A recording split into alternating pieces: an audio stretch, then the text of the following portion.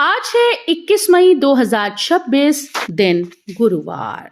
नमस्कार, जय जोहार। चलिए देखते हैं छत्तीसगढ़ की 25 फटाफट बड़ी खबरों को। लेकिन इससे पहले आप वीडियो को कहां से देख रहे हैं, कमेंट बॉक्स में बताना बिल्कुल ना भूलें। छत्तीसगढ़ सरकारी स्कूल में एडमिशन शुरू, 30 जून तक चलेंगे दाखिले।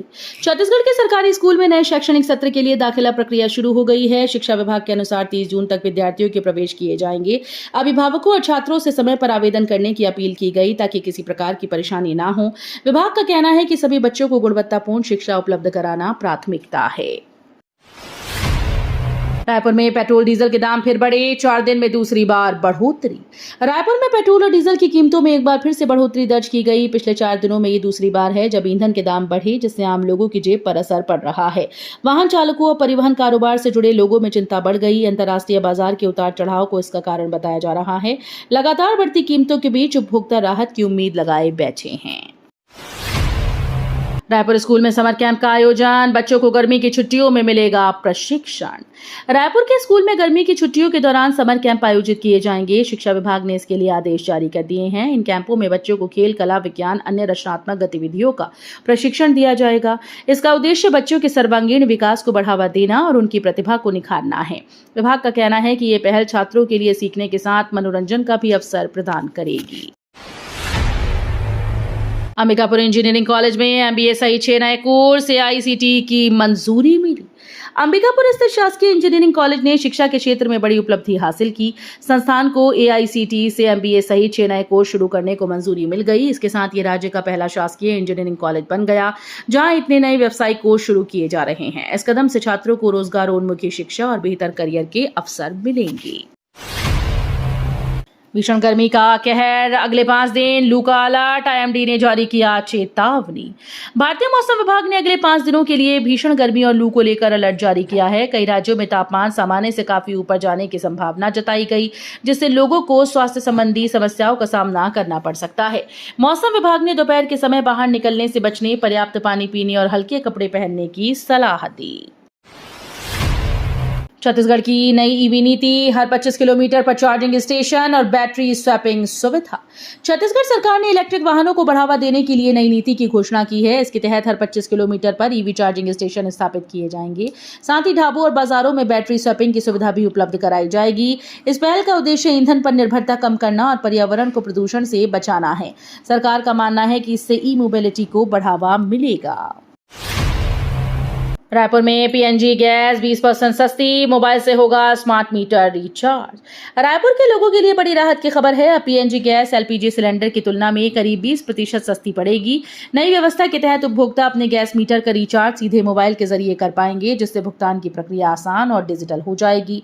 इससे न केवल खर्च में कमी आएगी बल्कि पारदर्शिता भी बढ़ेगी।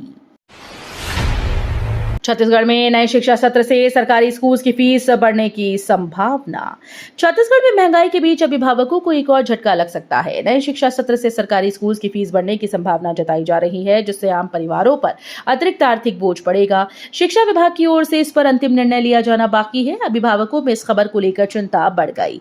हालांकि सरकार का कहना है कि छात्रों की सुविधा और शिक्षा की गुणवत्ता को ध्यान में रखते हुए कोई फैसला लिया जाएगा।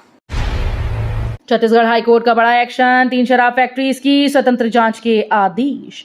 छत्तीसगढ़ हाईकोर्ट ने एक अहम फैसले में प्रदेश की 3 शराब फैक्ट्रीज की स्वतंत्र जांच के आदेश दिए। इसके लिए कोर्ट ने एक कमिश्नर भी नियुक्त किया जो पूरे मामले की निगरानी करेगा। अदालत ने कहा कि जांच पारदर्शी और निष्पक्ष होनी चाहिए ताकि किसी भी तरह की अनियमितता सामने आ सके। इस आदेश के बाद संबंधित विभागों में हलचल बढ़ गई।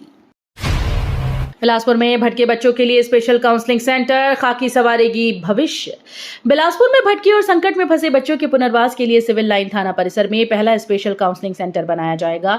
इस पहल के तहत पुलिस बच्चों को सही दिशा देने, मानसिक सहयोग प्रदान करने और परिवार से पुनः जोड़ने का काम करेगी। अधिकारियों का कहना है कि ये सेंटर बच्चों को अपराध या गलत रास्ते से दूर रखने में मदद करेगा। छत्तीसगढ़ हाईकोर्ट का बड़ा फैसला, पुलिस आरक्षक प्रमोशन पर लगी रोक। छत्तीसगढ़ हाईकोर्ट ने एक अहम फैसले में पुलिस आरक्षकों के प्रमोशन पर फिलहाल रोक लगा दी है। अदालत ने कहा कि जब तक मामले की पूरी सुनवाई नहीं हो जाती तब तक किसी भी तरह की पदोन्नति प्रक्रिया आगे नहीं बढ़ाई जाएगी। इस आदेश के बाद पुलिस विभाग में अस्थायी रूप से प्रशासनिक प्रक्रिया प्रभावित हुई। मामला सेवा नियमों और पात्रता से जुड़ा बताया जा रहा है। राज्यपाल रमेश डेका जनगणना 2026 प्रक्रिया में शामिल हुए, तैयारियों की विस्तृत समीक्षा की गई। राज्यपाल रमेश डेका जनगणना 2026 प्रक्रिया में शामिल हुए और तैयारियों की समीक्षा की। उन्होंने संबंधित अधिकारियों से जनगणना कार्य की प्रगति, डेटा संग्रह व्यवस्था और फील्ड स्तर की तैयारियों की जानकारी ली। राज्यपाल ने निर्देश दिए कि पूरी प्रक्रिया पारदर्शी और समयबद्ध तरीके से पूरी होनी चाहिए। साथ ही उन्होंने कहा कि हर नागरिक तक सही गणना पहुंचाना प्रशासन की प्राथमिक जिम्मेदारी है। जनगणना 2026 को लेकर प्रशासनिक मशीनरी को और अधिक सक्रिय रहने के निर्देश दिए गए।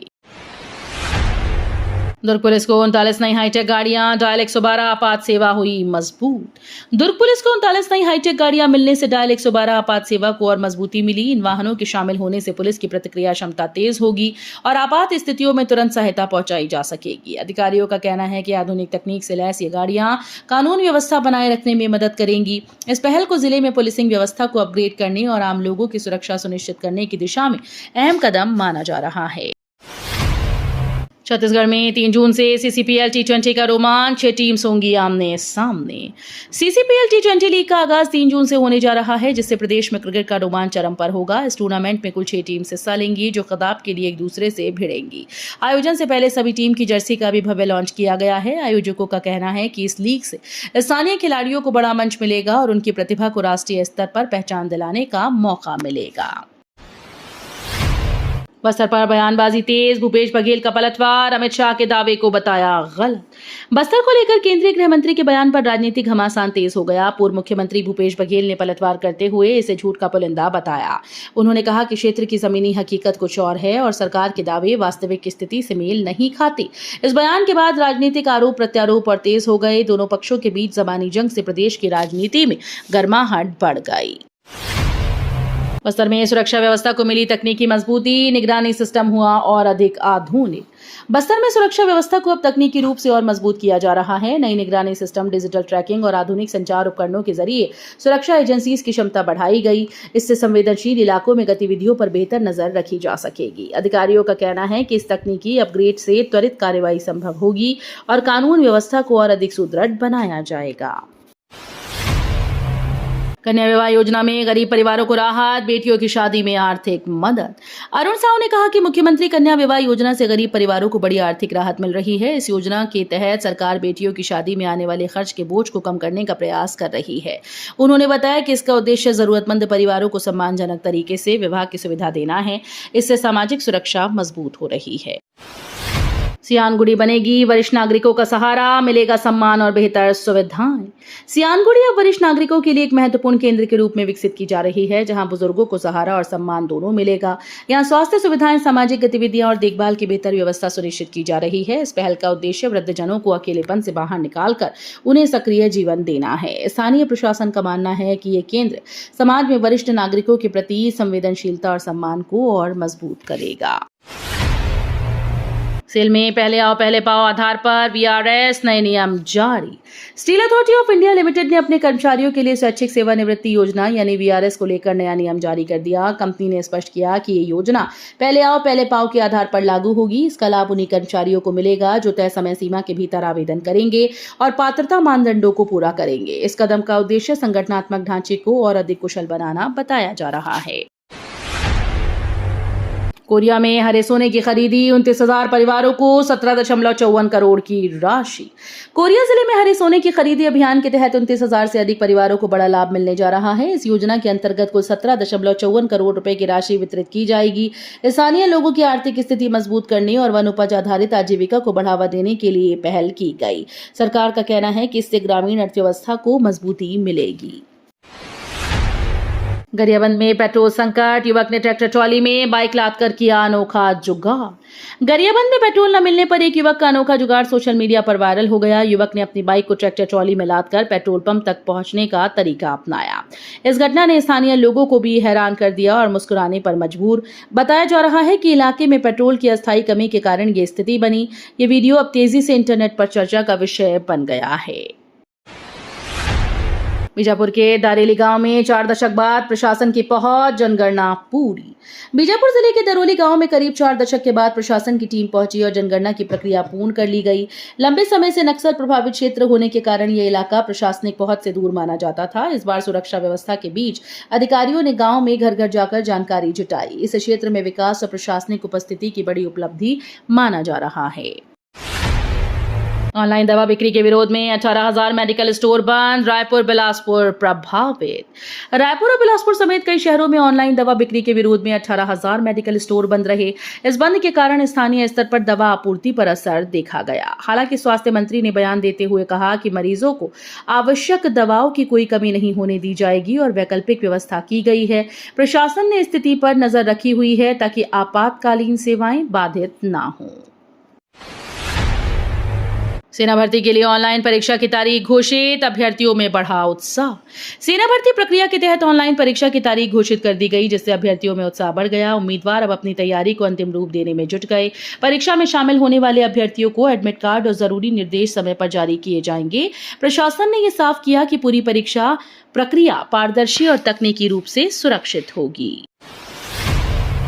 छत्तीसगढ़ में अवैध खाद भंडारण पर बड़ी कार्रवाई, कई स्थानों पर छापेमारी। छत्तीसगढ़ में अवैध खाद भंडारण के खिलाफ प्रशासन ने बड़ी कार्रवाई की। कई स्थानों पर छापेमारी कर भारी मात्रा में अनियमित रूप से संग्रहित खाद जब्त की गई। अधिकारियों के अनुसार किसानों को उचित दर पर खाद उपलब्ध कराने और कालाबाजारी रोकने के लिए ये कदम उठाया गया। जांच में कुछ संदिग्ध दुकानों और गोदामों पर भी कार्रवाई की गई। प्रशासन ने चेतावनी दी कि भविष्य में भी ऐसी अनियमितताओं पर सख्त कदम जारी रहेंगे। तो ये थी आज की बड़ी खबरें। अगर आपको न्यूज पसंद आई हो तो वीडियो को लाइक और शेयर करना बिल्कुल ना भूलें। धन्यवाद।